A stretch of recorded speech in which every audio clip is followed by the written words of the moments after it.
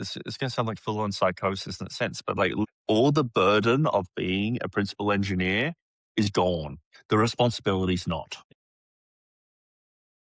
Hello, and welcome to HangarDX. This is a podcast about developer experience and how engineering teams solve productivity challenges at scale. I'm your host, Ankit, co-founder of Aviator. At Aviator, we are building a verification platform for AI-generated code that creates guardrails against your AI slop. Today, my guest is Geoffrey. Geoffrey or Jeffrey? Jeff. Jeff, there you go. And everyone knows Jeff from Ralph's Loop, but he is also a longtime software engineer and a good farmer, as well as a great DJ. I can see an amazing setup in behind you. So, You know. Jeff, I'm really excited for this session. Please introduce yourself for our audience. Hey, Ankit. It's good seeing you again. I've just spent the last 95 days traveling around the world, giving conference keynotes and talks, talking about how software development has forever changed and is changing. The unit economics of business have changed. Some folks may know me from the autonomous Ralph Loop thing, which is now like if you're using Codex Goal or any of the equivalents in Copilot, Claude, etc. These are all implementations of the idea. Now, with this idea, it takes a bit of systems engineering to reach the destination where it's so simple that it's essentially a meme of while true, cat prompt into agent done. Like that's okay, sure. That's the low IQ meme version, but it's actually about memory management and context engineering and a few little discoveries along the way. I've been thinking about this is essentially a pattern for an orchestrator, and the crudest teachable form of an orchestrator is just cat the prompt and have that prompt pretty deterministic and then set the direction on how a agent could advance. In the case of Ralph, it was you're only allowed to do one task, don't reuse the context window for other tasks, so thus recycle, but you still want to progress the state. So that was a git commit and a to-do list. And all the different tools used today have an implementation of this. Yeah, software engineer, I've heard many titles in life, but not that interesting. Let's riff about stuff. It is about 9:20 a.m. Well, you want to talk about, mate? Because we've been meaning to do this for a while. I ran into you over at Heavy Bit. So let's go. Yeah, so I think a lot of my questions are going to revolve around, what's coming up next? How is our industry evolving, right? And a big part of this is, you already mentioned orchestrators. We're hearing about software factories. So we're going to want to dive into that, right? So maybe one question to just trigger the conversation would be, I'm hearing at least some people have started talking about one-person model-first companies. I don't know what your opinions on that is. Maybe this is where we can start. Do you believe there could be enterprise software which is driven by one person in near future? Well, let's get to terminology and definition. The word enterprise automatically means you cannot have a one-person company. Okay. Enterprise is fundamentally incompatible with the notion of a single person. They won't buy from you if you are a single person. Okay. To pass audit and compliance topics, you need to actually have multiple people type things. And then it's very easy. If anyone has done work of enterprise, you see that it consumes your entire cycle. Like one enterprise, get it up and running, POC. That's 2 weeks of work for questionable ROI. Enterprises move slow. So I think it's fundamentally incompatible to say that you could have a one-person enterprise play, because enterprises are fundamentally incompatible with that notion. So let's flip this around. Interesting. Where are we today? And where have we come from is a pretty good way of looking at this. So I remember when I first posted back almost 2.5 years ago, saying, oh, fuck, everything's changing. The IDE is dead and people won't use the IDE anymore. And I remember my coworkers at Canva calling me bloody mad. And I caught up with them and like no one's really using the IDE anymore. It's a code review diff tool. And it's like, wow, that's how far we've come. Now, in my travels, like Europe, I remember having some late night drinks with the tech lead and like, no, JetBrains forever. I love my IDE. AI is just this tool that allows me to autocomplete. Like, this was last month. I'm like, what the hell? So that's enterprise. Interesting. Pace and time. There are a lot of enterprises who have banned AI outright, not on a token cost basis, but because they're still worried if the company will train a model on their data. But if anything we've seen recently, the real value is in the traces. The real value is in the agentic traces because then you can work to fine tune a model. But yeah, so more targeted answer. I do think the fundamentals of business have forever changed. And I think that the reason that you raise capital is your post revenue, not pre revenue. Previously, you need to raise revenue to hire a software engineer and convince a bunch of people to join you on your crazy adventure into the seas. And they needed salaries, payroll, etc. And you would have your runway, and it might take 6 months or a year to build your concept. So you needed a raise to be able to fund the initial expedition into the seas. Now, that has changed. You literally can just rip a fart into Claude Code and go, I want this, and you get this. Now, the quality of that can be variable based on the skill of the operator, i.e., if you're an accountant, you can get better skills and outcomes with AI as an accountant depending on your expertise in the account, than me or you. But if you're a principal software engineer, you know how to really juice these things. So the way to get outcomes here, like the funding, I think funding has changed, like pre-seed is gone. Now, absolutely, it's not a one-person company. I think it's like a 12-person company. Okay. And you're living a very, very nice life with 12 people.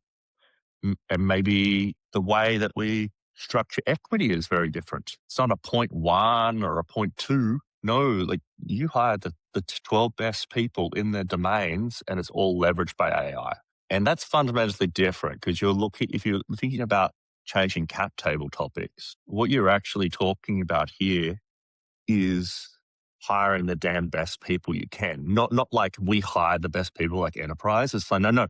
Like have you seen what Anthropic's doing? Their new minimum hire is the CTO of a company that they actually want to replace. Really creating this ensemble of merry men.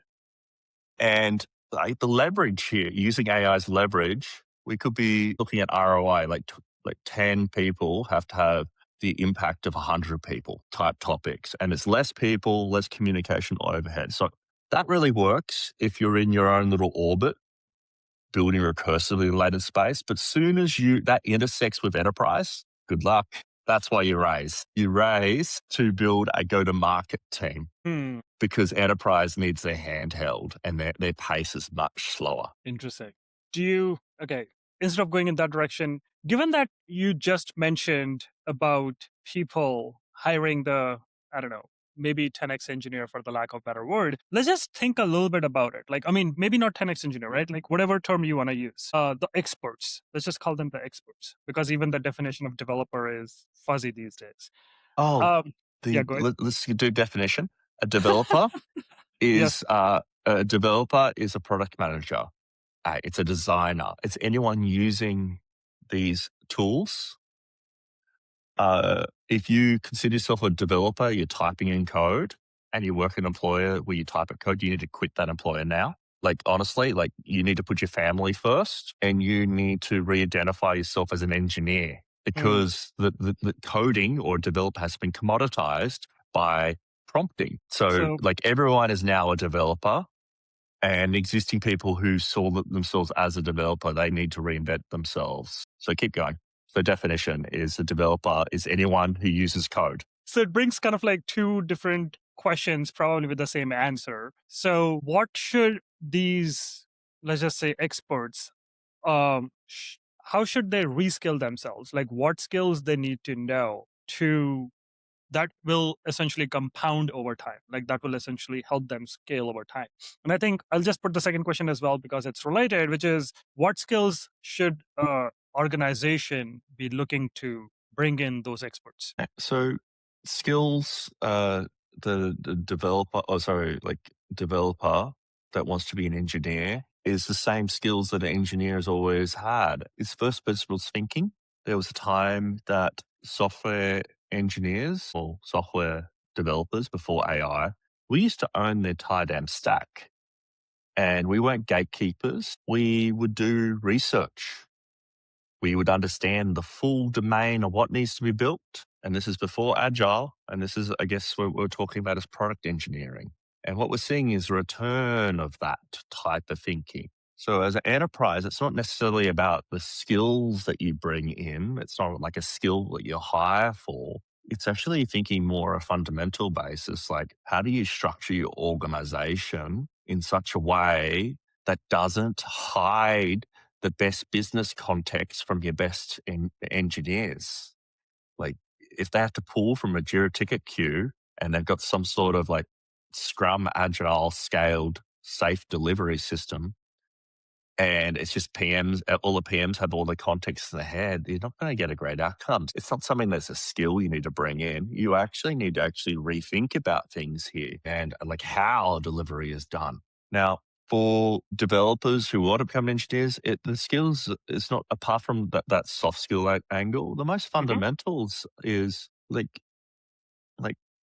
start data engineering is a fundamental. Like if you figure out how you're going to be working with your data and how it's going to be stored, everything can work backwards from there is something that's always been true. How to actually verify software.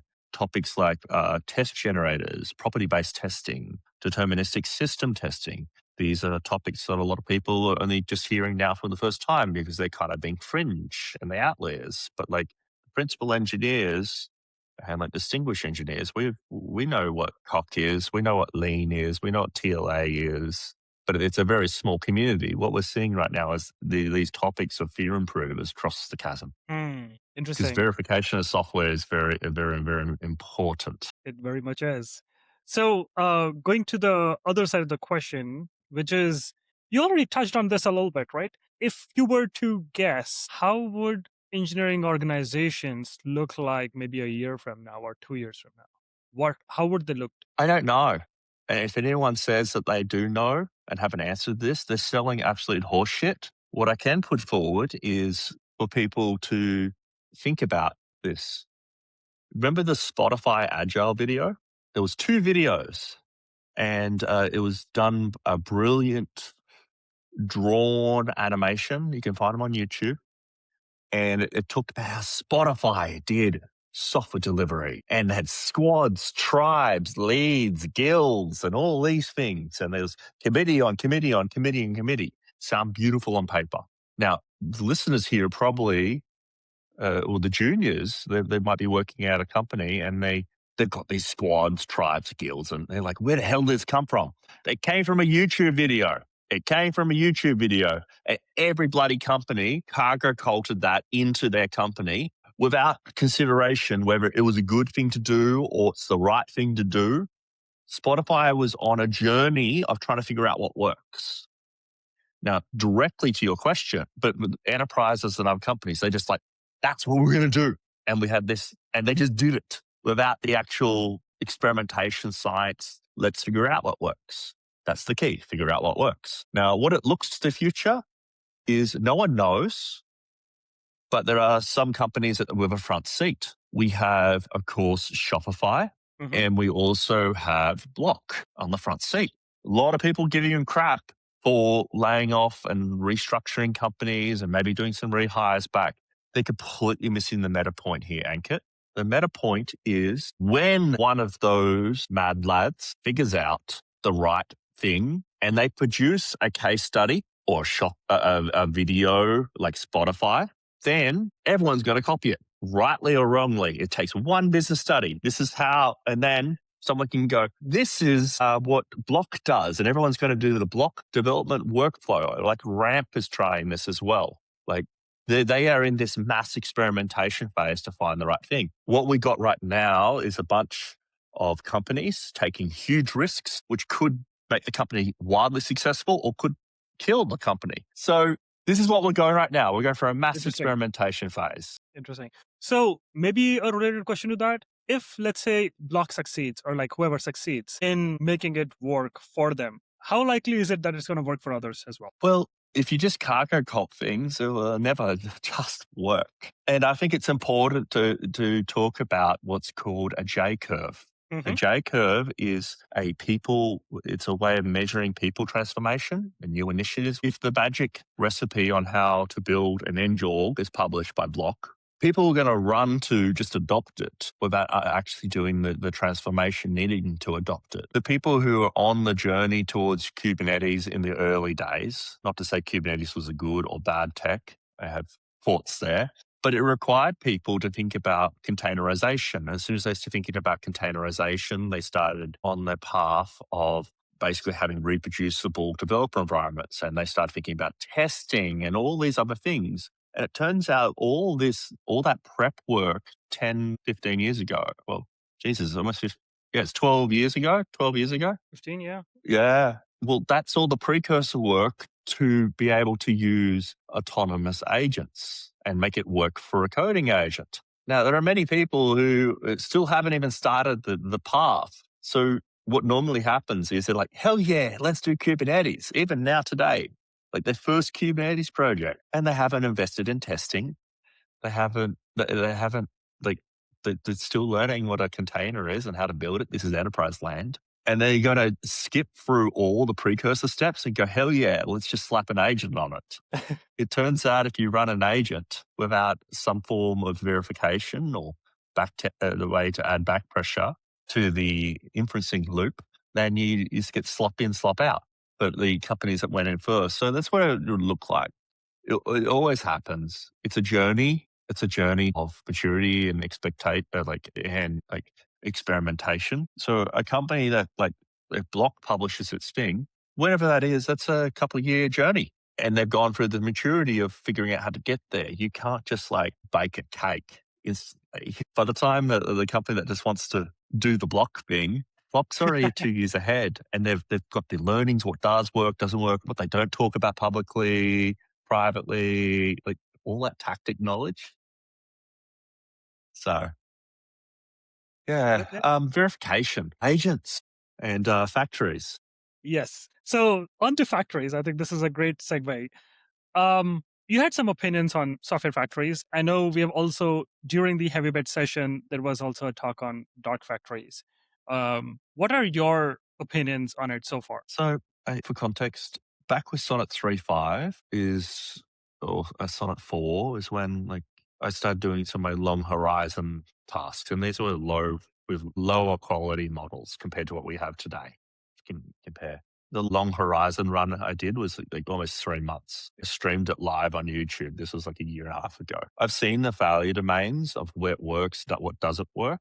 And I've tried different variations, permutations of this continually over the years. I've rebuilt my own gas town now probably 4 or 5 times. And I cottoned on early that the industry is just now kind of rebranding itself as a verification. Check out the crew of people that hang around Antithesis, not necessarily the company, but the community. Okay. This is you find the nerds. I went to Washington to hang out with them, and it was very interesting to see Jane Street was also in the room. And they were saying, we're going to hire every single one of you. If you want to work at Jane Street, you can come and join us. So let's get a couple things out there. A lot of people want to have dark factories, and to solve dark factories, we're going to need to solve autonomous verification and of software. Do you have the budget of Jane Street per employee? For the record, Jane Street has about 2,200 employees with 9.8 million profit per employee head. So this is the dynamics here. It is known and is recognized that verification is a hard problem. You're competing with labs for talent. You're competing against your high-frequency trading firms for this talent right now. I don't think it's going to be accessible. Maybe someone can package up a factory for an enterprise to use, but enterprises, a lot of them don't write tests. If you haven't even got the frontier thing, you're not going to get there. So I guess that gets into the go-to-market concerns. Mm-hmm. Is you want like some of the best engineers to actually, if you're building a startup in this space for verification, you're not going to be able to hire. You just won't have the budget to hire them. The next step is, let's say you build a dark factory. What will happen is a enterprise will be like, we're an airline. This is how we build our software. So they're going to want to customize the dark factory on how they specifically do software. That's neither wrong or right sense. But what they'll try to do is they will force the factory to be like them. And if like them is literally, they don't do tests, they've never heard about test generators and all like formal proofs, etc. Like, you're just going to get garbage in, garbage out. So with this, we call this like a slop factory. We call this a slop factory. And I have generated a lot of slop. And like anyone who has built these software factories, there's a lot of slop. So there's going to be a lot of vendors bringing out software factories to market, and they'll roll it into enterprise. Mm-hmm. And I guess we're going to hear a lot of noise. They're like, AI doesn't work. And they're going to go, look, this big brand company that with this huge, big brand credibility, maybe like, I don't know, AT&T. I know no one at your company, but let's say it, big brand pedigree. They're like, agentic coding doesn't work. But like anyone close to it, like, yeah, no crap. It didn't work before AI, and then afterwards, I don't know anything about AT&T, but like that's an example, right? I have my concerns that a software factory is essentially a CNC machine, and without training, a lot of people are going to cut off some hands. It's like this huge power saw type thing. Let's play around quickly. Like something I've been unescapable from my head for a while now. If we pull up the family tree of operating systems, and what I'll say will probably piss off a lot of engineers or software developers because they'll see it as attack. I want you to turn that off. If we look at, and just think about from first principles, if we look at the operating tree of family system operating tree, like you can see that eventually there was a convergence event. We Mm-hmm. used to have Solaris, AIX, Oh, HVUX, True 64. I used to do all this stuff. And eventually it converged down to Mac, Linux, Windows. Mm-hmm. Well, when are we going to converge programming languages is a very interesting thing to play with in a thought domain. So I'm going to say the next thing is flamboyant. I reckon that Ruby is Solaris. Huh. Okay. And it exists, and maybe some people are still using Solaris, but it's very rare. It's very rare.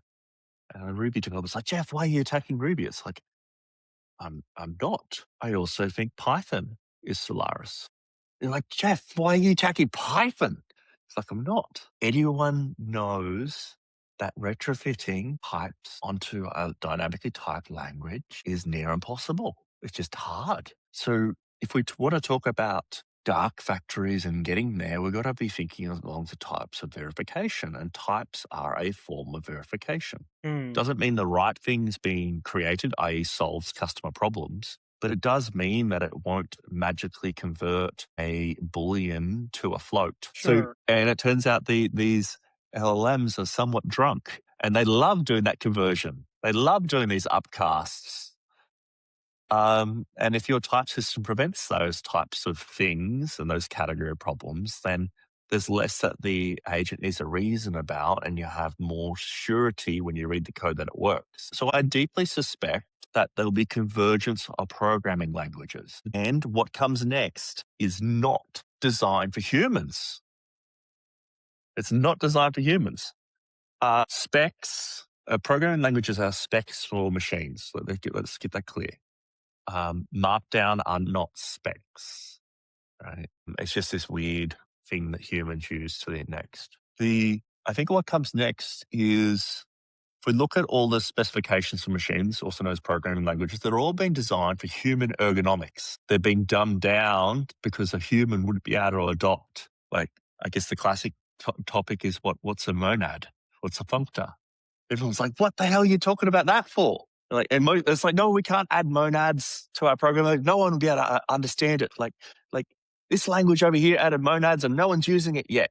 And look at all the burrito jokes. So deliberately in language design, we've dumbed it down to the lowest common denominator. Mm-hmm. Well, we don't need to do this anymore.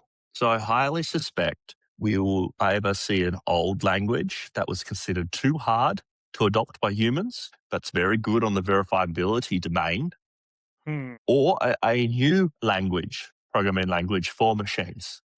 And the spirit of that language isn't, we're going to slow down development and we can't make breaking changes and what have you. It's like, no, we can make a breaking change. We can do Python 2 to 3 and we get everyone upgraded within a month. Like, can you imagine Python 2 to 3 breaking change happening in a month? Because you can literally now ship a fix pack agent, which will auto code migrate. A programming language author could make such thing, a skill or what have you, and you run it with an agent, you wake up in the morning, you've gone from Python 2 to 3.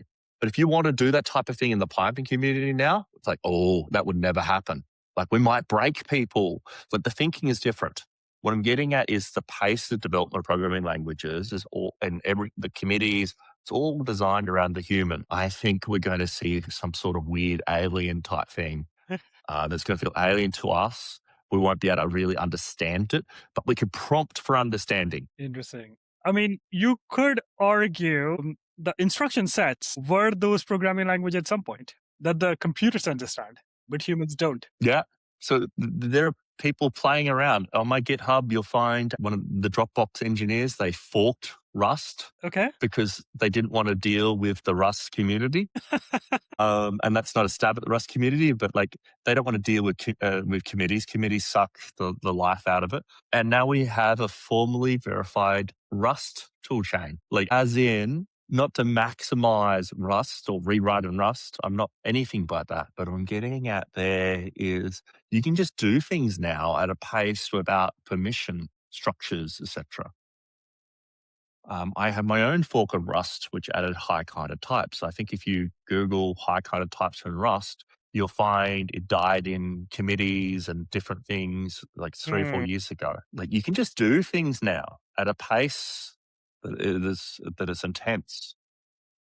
So there's people playing around with formal verifications. You also find on my GitHub a model checker, like TLA is normally external. What they did was they did Ralph loops with all the model checkers and they internalized them as Rust cargo crates. Now, the reason they did that is because then they can move the proofs to be macros, seeing side by side the application of logic that's invoked during compilation time. Okay. Single sources of truth, instead of having it 4 or 5 different files split everywhere. Wow. They're actually inlining within a programming language. And I'm not saying that we should all switch to Rust, we should all use this. This is all highly prototype, but there are people playing with these domains and trying new and interesting things. Very interesting.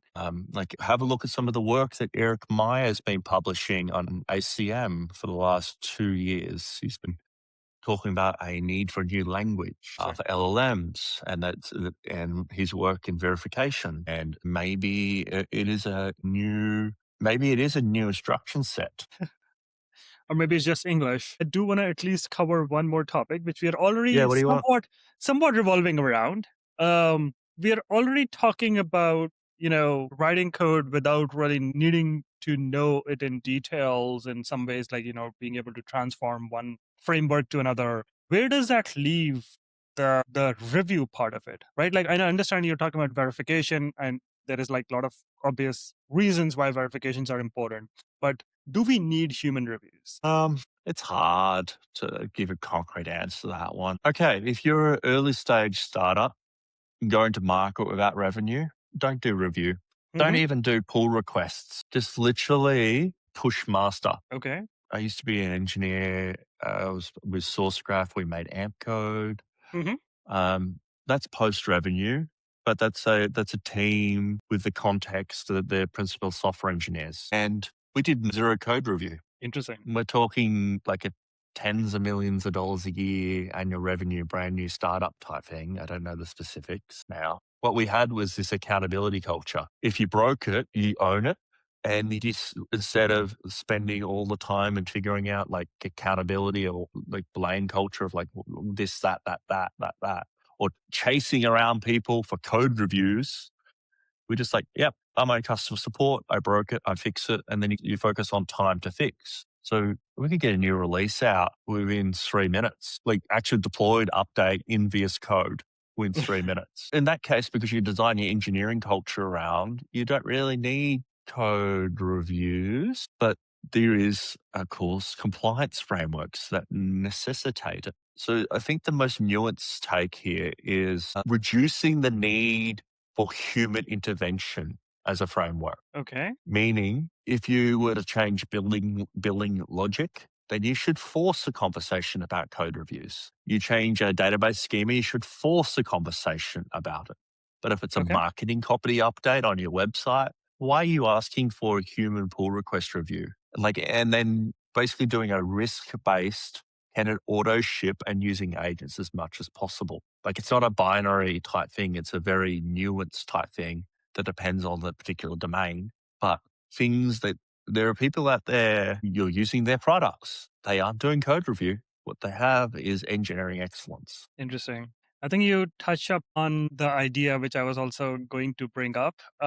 My thought process on this is code reviews have a angle of knowledge sharing, which in, It's always again, been bullshit. organization. It's always been bullshit.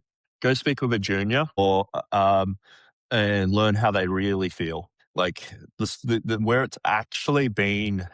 Like I'm 43 now. Uh-huh. We've always sold that code review is meant to be for mentoring Mm-hmm. and knowledge sharing and all these things. It does provide a synchronization event, knowing of a team, knowing an increment as it is. That is valuable, but doesn't mean that we have to kill that completely. You can just literally have a living, breathing architecture document that an agent maintains. There's your lookup source. You don't need to have this, I was off on annual leave this week and everything's changed. Oh my God, I don't understand how that all works. I'm going to go look at the code, because you can literally have an agent that maintains this technical documentation for you, including all sequence diagrams, state machines, all the rest. You can automate that stuff. So that's one half of it falsified in my head. Now, the other half that I say is bullshit is the mentoring aspect. So that's the loud thing that we like to project. But the reality is, go ask a junior, go ask a woman in engineering how Mm-hmm. they feel about that question. And you might tell them that it's mainly used in our industry for bullying, unfortunately. It's very rarely used for uplifting coaching conversations. Only in a few select companies where they really used for mentoring. Interesting. Very rarely. I'm talking about how 99.99% use. Hey, I created the pull request, DM on Slack. Can you rub a ticket, please? And next thing you know, you get all these, I'll remove the white space tabs. What about this over here, that over there? And it doesn't make sense anymore. Like it really doesn't make sense anymore. I think the mentoring aspect, the craftsmanship aspect is kind of unsolved, but we like to pat ourselves on the back to say that code review was is how the apprenticeship was done. It's rare. It's very, very Interesting. rare that it actually probably was done. I have some opinions, and this is probably where we might debate a little bit. When I say knowledge sharing, for me, the part which is important and where also typically agents cannot do a good job is understanding how your code evolves over time. There's a lot of decisions that organizations make, right? So if you're looking at a state of code at any given time versus if you look at like how the code evolved from day one to today, you'll have two different understanding of the world. So I think even if you look at architectural diagrams, you still need to know why certain decisions, like maybe we moved from, I don't know, like Kafka to SQS, some random example, right? Like some of these things which you have possibly like killed over time or moved away from or evolved from, those kind of things generally get lost in the architectural diagrams. And these are the things which are like tribal knowledge, sort of like, places where you actually get to learn from others. And maybe this might be solved in the future, but I think there are like these kind of like micro decisions which actually get shared through the process of review. Now, my thought process on this is it doesn't have to be a code review, but there has to be something that gets reviewed. Now, the It something has could be to, like, I would agree. it Like could be it just like doesn't a have to it be. could be just like a behavior. It could just be like understanding of the architectural changes, right? Like maybe it's like a 10 bullet point summary of like what changes you're making and why it impacts our business. And I think just being able to share those parts and being able to see the evolution makes things more interesting versus like, I completely agree on like, the bullying part of like actually like the code standards and all of those things. I think those things are like very mechanical. You can, in some ways codify it. But like the judgment and the decisions part are some things which are still worth discussing. Absolutely. I don't think that's possible to actually automate, and that's something that shouldn't be. I'm actually in agreement with you, Ankit. Too often we try to codify. This happens in code review. Code review is the thing, but you're correct in saying it's the better thing. It's the tactic knowledge. There needs to be something in a way to where these are discussed, and these are distinctly human. This is, I guess, what SF would call taste topics. But if we split this around just a little bit, historical kind of rarely doesn't matter for on architectural.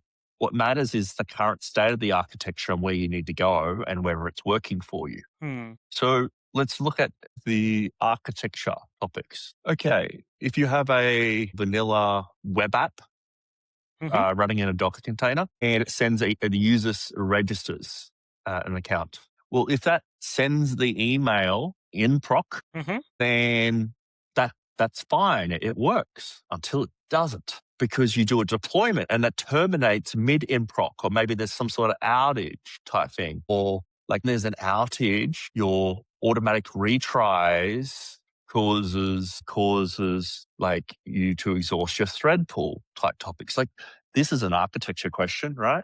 Well, you can literally find an application like this, and most applications are like this. You can literally just create a skill pack for these architecture questions and go, hey, how could I split this up? Should I do some sort of like event bus? Should I use some sort of durable execution saga type pattern? Maybe there's a SaaS vendor I can buy that would allow me to move sending email from, instead of being in proc, to be out of proc and have dead letter queues and that's now literally a prompt.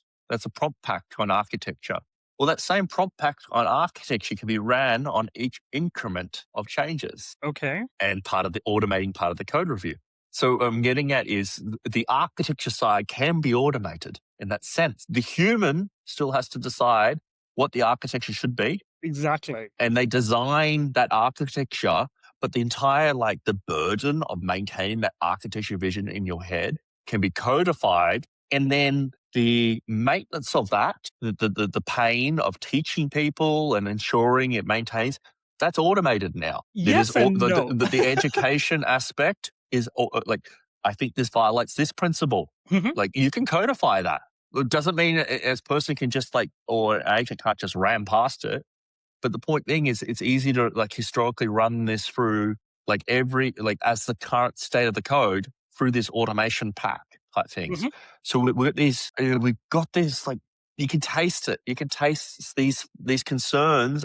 You basically have automated Roombas to handle these concerns, to remove the toil from you. But it's not a complete done automation as much as I might say. But in my head, it's done because the toil is gone. We're able to automate the toil away. Now, let's look at the other thing. Architecture sometimes... I was going to this before you... One caveat I will mention, just to kind of like double click on what you just said. I agree with all of the things, except this is not one set and done. Your organization evolves. Imagine my team, right? Like we are a team of 7 people. If our emails occasionally fail to send because our architecture cannot handle it, we can live with it. We don't need to go and redesign everything. But maybe we get to a certain scale where this becomes a serious enough issue, right? So the point I'm making is, if you are a sales force versus if you are a 5-person startup, you're going to make very different architectural decisions. Of course. That essentially means is, as your organization evolves, you have to continue evolving these architectures, which is why understanding kind of like also the direction you're going into and like evolution is somewhat useful. Because again, that's how you're making the trade-offs. It can be codified. Literally, it can be codified as a skill markdown. Like, this is where it is. 100%. This is where we're going. But the way that architecture is done in enterprises, even like say Salesforce, it's slow committees, it's consensus culture, it's political buy-in type topics. All that can be erased in my head because we have autonomous Roombas who can audit this stuff, propose what it would look like in the future, and not just generate the code. We could actually connect in data sources such Okay. as we can connect in data sources such as like Honeycomb or Hmm. Sentry or what else have you to actually provide data insights, whether the architecture is actually even working. It's going to sound like full on psychosis in a sense, but like all the burden of being a principal engineer is gone. The responsibility's not. Interesting. How is the burden gone? A lot of the human toil topics of having to repeat yourself Sure. again and again and again, the education, the teaching, the why, not just the Sure. how, Yeah. The effort is gone, but the knowledge is still important, and the thought process. very, very, very, very. So a lot of the human capital toil is gone, but the craft is still very alive. But the craft has never been about typing the code into an IDE. It's probably even now more important. It's way more important. Because these power tools held the wrong way will chop off your hand. Hmm. So, yeah, the historical why something was as it is in architecture, I would debate and contest. It doesn't matter.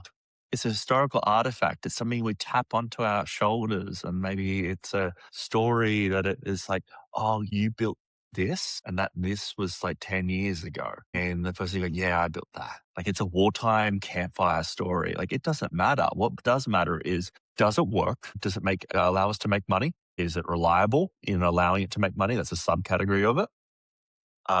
And if we were to extend it, is it extendable? Like, is it rigid or it can be done? Now, where historical tactile knowledge of how things were, I think Knight Capital is a classic example. They reused a Okay. feature flag and blew up their firm. Look it up. I'm using bullshit numbers because it's early.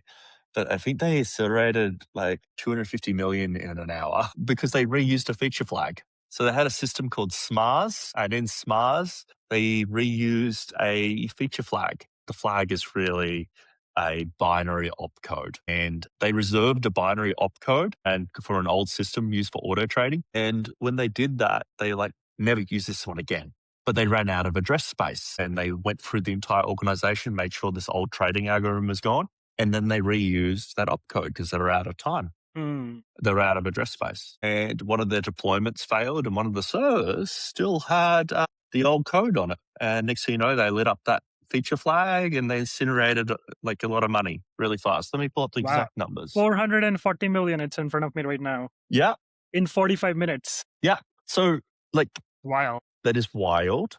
There are many engineering failures there. It's probably not a good idea to reuse feature flags type things. Now, I see a perfect use of an agent there has this been previously used? Has this feature flag been previously used? That doesn't need necessarily prescribe the agent need to be AI. It could be just some sort of lookup source to launch darkly type topics. Or maybe like, is this feature flag or this opcode used anywhere in our entire code base? Well, that's an agent. You're ripping an agent for the code base. So there's so many things here. What about like you were mentioning about extensibility? How do you actually, can you build an agent for that? Checking whether it's Yeah. extensible. I feel like it Well, also has a lot of business context, like extensible in what way? no, that's exactly. So extensibility is one of those words like quality that we kind of throw around the world between each other and have these fights. It's not extensible. It's not testable. It's tech debt and all these things. It's the sweet somethings we say to each other to justify doing something unhinged like rewriting the code base in Rust. Um, So let's instead focus on the word maintainability because we go, is this not maintainable? Well, by who? If all that code is generated by an agent controlled by a human operator, then previously the lens for maintainability was focused on, is it maintainable by a team of people? Do they have the tribal knowledge to be able to maintain it? Or maybe the correct lens of maintainability is, can an agent understand it? When the agent is working in that code base, in this Hmm. particular one, is it able to achieve a happy outcome?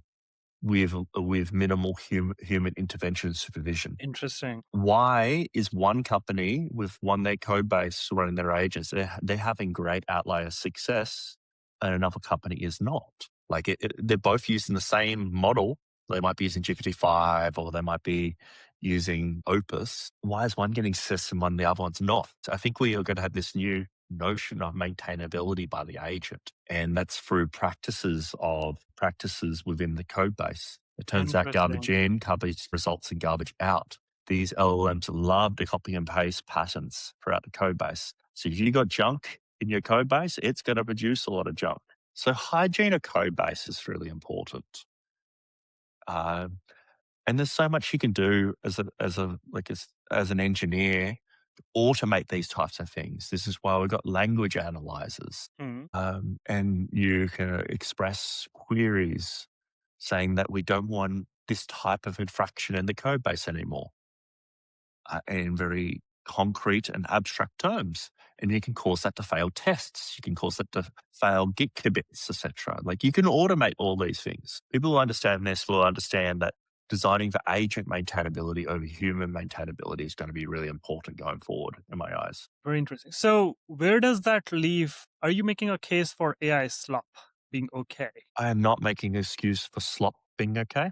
I'm saying that everything has changed, and going back to typing in a keyboard is no longer an option. Like leveraging AI is the thing, but not complete slop, which is why I've been playing around with the different programming languages. I've been looking at like what produces slop, what doesn't, what is Hmm. Solaris type topics, what is end of the line for a language, and how can we have a way I don't need to or a human doesn't need to get involved as many times, like minimizing the amount of human intervention. I think that's really important. And there's going to be other languages that require a lot of hand holding in that regard. But at no Interesting. point am I saying slop, like YOLO slop. I've done slop. Kirstlang is the perfect example of slop. But that was generated with 3.5, and it's like a little bit over a year old now, and it was a joke. Can I rip a prompt into a coding agent and run it in a loop for 3 months saying, can I have a Gen Z programming language? Like it's slop with no verification. But playing around with like the compiler as verification of itself. I did it 3 times. I think it's broken right now, but like I did it in C, and then I did it in Rust, then I did it in Zig. I should never have done it in Zig. That is not a stab at Zig. It's just I that have Zig never looked at that does not closely. have the back pressure of the Rust type system. And I almost had it completely successful up to stage 3 with Rust, and decided, I'm just going to rewrite it. Tokens are free. I'm going to rewrite it in Zig. Hmm. And then I could see the difference in verification. Like this is probably where if someone wants to play with these topics, I challenge them.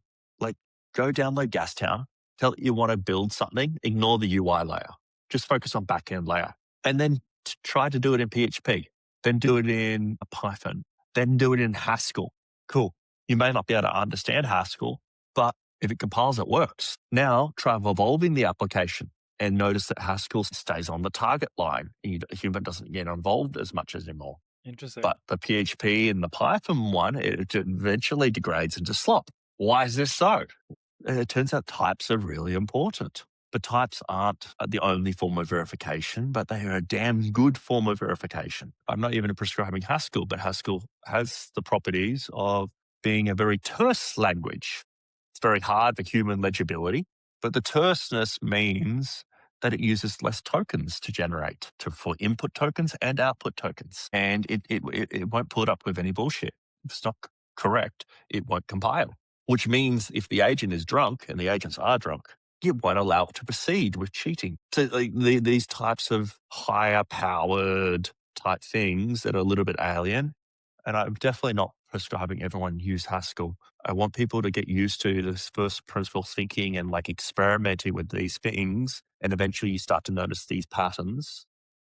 And perhaps we'll see a birth of new languages, and we'll see a Hmm. convergence event. I understand the desire to have new languages, but where are we falling short? Like, I understand, typing and non-type languages are two different things. If you're compiling something, there are certain levers and controls which makes things better. But that doesn't mean like, you don't have slop. You don't have, I mean, I would say like the other definition of slop for me is also tech debt, right? Like something which kind of like evolves, like harder to think about extensibility, like something that you have to rewrite. But like you can also make arguments like, why do you even care? You can just rewrite things very That's what I was quickly. about to call you up on, Ankit, because tech debt is one of those other words we throw around to justify rewriting stuff with Rust by hand on a typewriter.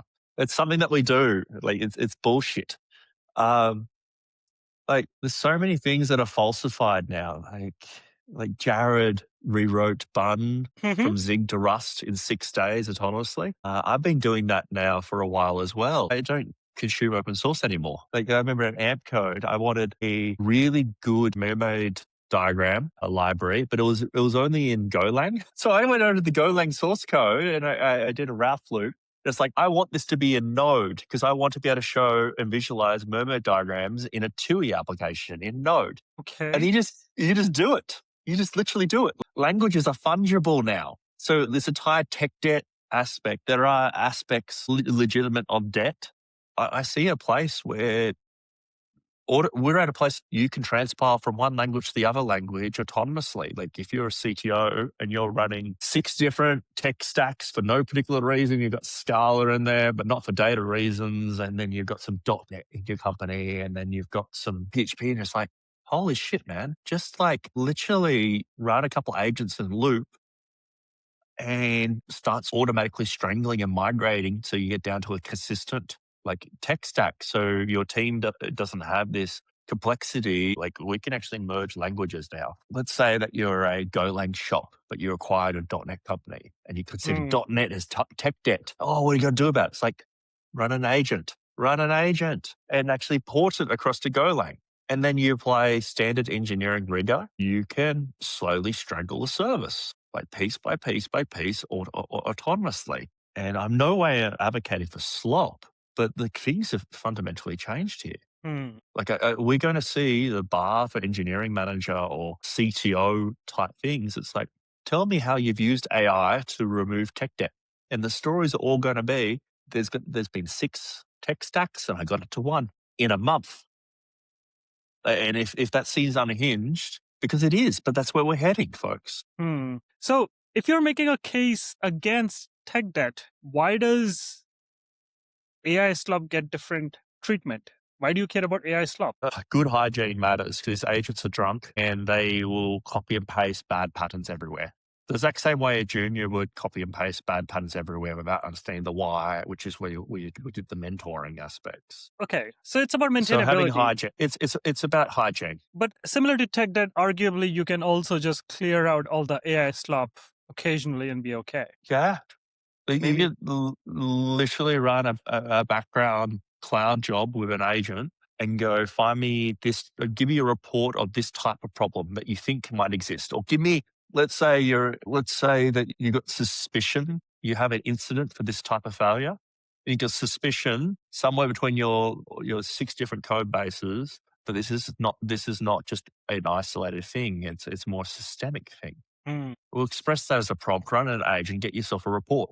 Cool. same. Now what? That would normally take someone maybe a month of human work to identify this type of systemic thing. No, that time just got compressed into a day or 2 days. It's too long. The idea of gathering knowledge type aspects, that could be automated. So you can Mm, make better decisions faster. mm, And that gets into like, what do you do with that? This is where the engineering brain comes in, Anchor. Do you express the resolution with that as just having a prompt on a code review type aspect, or the Roomba that automates things? mhm, Or maybe it's best expressed more deterministically in the sense that maybe you're updating your pre-commit checks, run your linting rules, and the linting mhm, rules have been updated a little bit more tighter.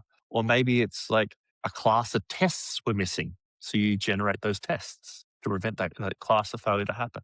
Or maybe you start getting into metaprogramming of the language itself and expressing that this class of problem should not exist. So, like mm, in the .NET space, we've got Roslyn, as a language language analyzer, and you use Roslyn to introspect the code base itself and write language analyzer rules. And then all of a sudden, you can start at a meta saying that, hey, look, a domain object should never have a direct coupling to the database directly, and express that as a general rule, like as a domain object. It's not like an entity object. Well, before AI, it's really hard to write those type of rules for the normal person. You can literally just prompt the creation of these rules by an agent, and then it's not that the agent runs it every time, but it makes it very easy to create these types of things, and then just commit that, and that's always there. I'm not advocating for Slop. I'm just literally there's no going back, and we need to engineer the need for us to babysit these things. Right. And what is needed to stop us from needing to babysit them. Interesting. So I think one part, or like one point which I just thought about as you were discussing this, is a difference between AI Slop and tech debt is tech debt is known. You know to some degree why and what the debt is. In Slop, you might not. Because if you imagine a world like where you stop reading the code entirely. If you stop reading the code, like how do you even know what is Slop? Tech debt is not necessarily known. What destroyed white capital was tech debt that was unknown. Fair. Go and look up the videos on YouTube that go into very deep and like how exactly from engineering to software engineering failure. It's fascinating. I'm definitely not advocating that we don't read the code. I'd like to get to a point where we're not reading the code.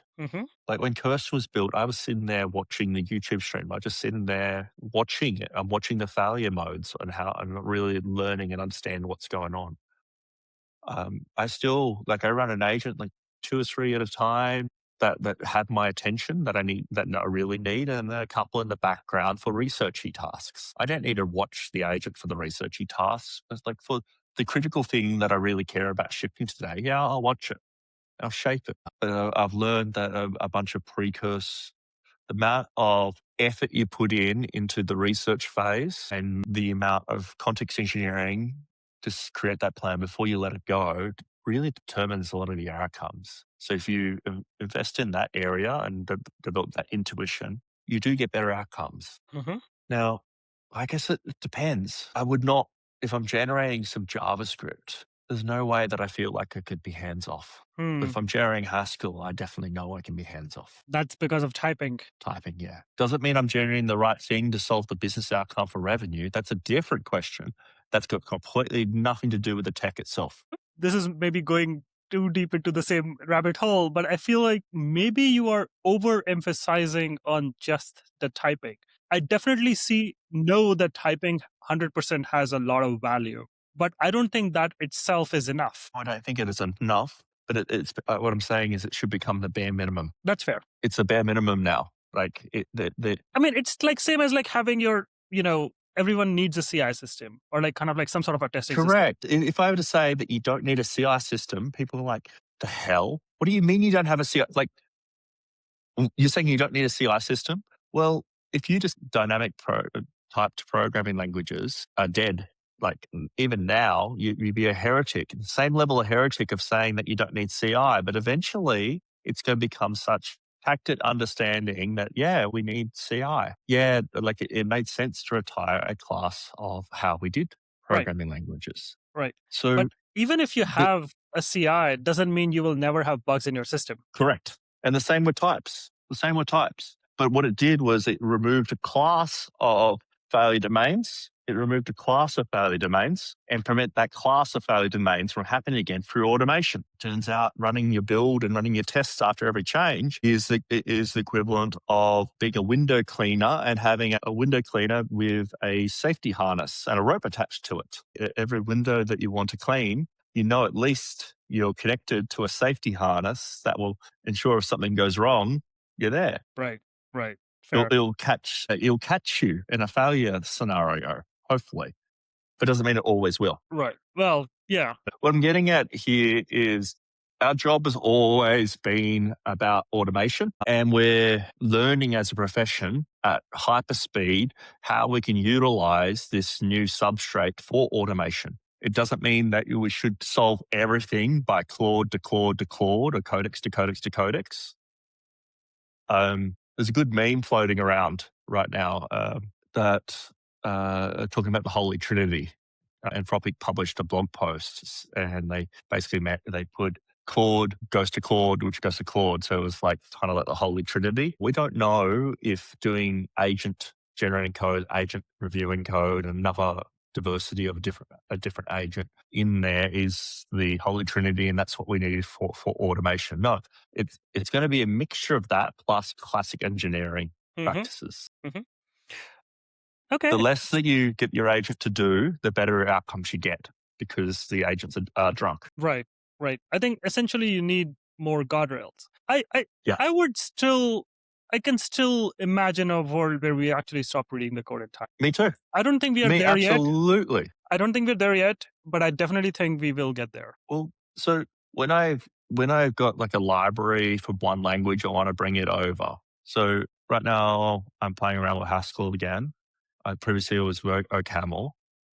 And there's a lot of stuff that doesn't exist in the Haskell ecosystem because humans didn't write it, but agents are writing it for me. And I just take it from Golang or TypeScript, and now I've got a Haskell library for it. It's amazing. I don't necessarily watch it generate that stuff, but once it's done and it's shipped and I see it, like I have a look at it and I have a feel for it and like do something. Well, what I do is I go back post generation when it's working, and then I'm like, yeah, I do read it. But when I read it, there was something when I was first into software development, we used to print out the code and we used to start our day with a highlighter and a red pen and used to mark up the code on physical paper and used to plan what you're going to do. This is the old school prompt engineering. And I find myself doing that as well. So like if I was to change one thing in github.com, I would improve the ability for you to read code because right now it's not a good code reader. And then straight there from the markup, I would be able to launch an agent. Like it'd be like a start of a drafting tool. Because I find myself reading the code post generation after it's like just before it's in production. Or like you got your prototype, you just ship it. But before revenue is attached, you should read it. You should read it, understand it. And then you're like, oh, it'd be good to fix that up. So you're like, it's very easy to make stuff malleable now. It's really weird to explain, but like I definitely want to minimize the amount of time I'm reading code, and I definitely want to optimize on how malleable that code is. And I find myself on a workflow basis getting back to the old days where I would start my day by reading code and going, that's a little bit weird, separate that, etc. But I don't just prompt that. I'm thinking about like at a more meta level, how could I prevent that type of class of thing from an agent from doing that class of thing again, which creates even more back pressure, which means I don't have that failure domain again. Like, so unless you study the output, you're never going to get that meta of how do I stop this? And if you don't study the output, then you're in slop town territory. Yes. So I completely agree on that. It's not something that you can just turn off one day. No. Right? Like it's something you have to build towards. It's something you build to.